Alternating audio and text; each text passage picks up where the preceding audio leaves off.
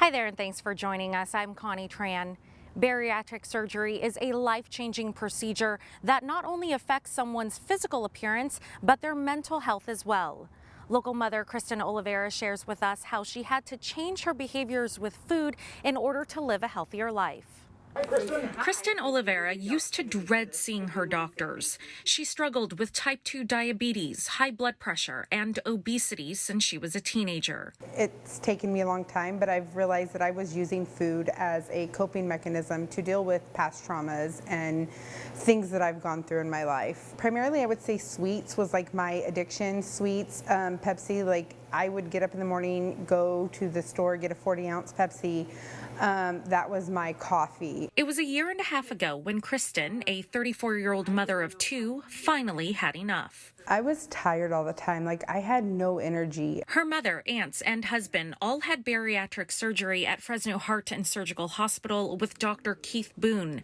She knew Dr. Boone was the one who could help jumpstart a change in her life. Our number one reason to do the operation is for the diabetes and for the medical problems. And that's why you'll hear the term metabolic surgery more than weight loss surgery. In a way, we look at the weight loss as a nice side effect of the surgery we're doing for her diabetes. Dr. Boone describes the type of bariatric procedure Kristen had in February 2021. Kristen had the Roux-en-Y gastric bypass, which is a little pouch about the size of your thumb. And it's hooked up to the intestine, and that's called the Roux limb. It meets the bypass stomach a little bit downstream at the Y, so that's the Roux-en-Y gastric bypass. Dr. Boone says the benefits from gastric bypass surgery can be immediate. 85% of our patients that have diabetes leave the hospital immediately off their diabetes medicine. So that tells you that it's more the anatomy of the surgery and the changes with the surgery and the changes of the gut hormones with the surgery. But the long-term changes really come from the patient's willingness to adjust to a new lifestyle, including changes to their diet and exercise routines. I kind of had it in my head like, oh, I'll lose weight and everything, my happiness will automatically just be there and I'll be happy 24/7. And that's not the case. There's a lot of work that has to be done on the other side after surgery.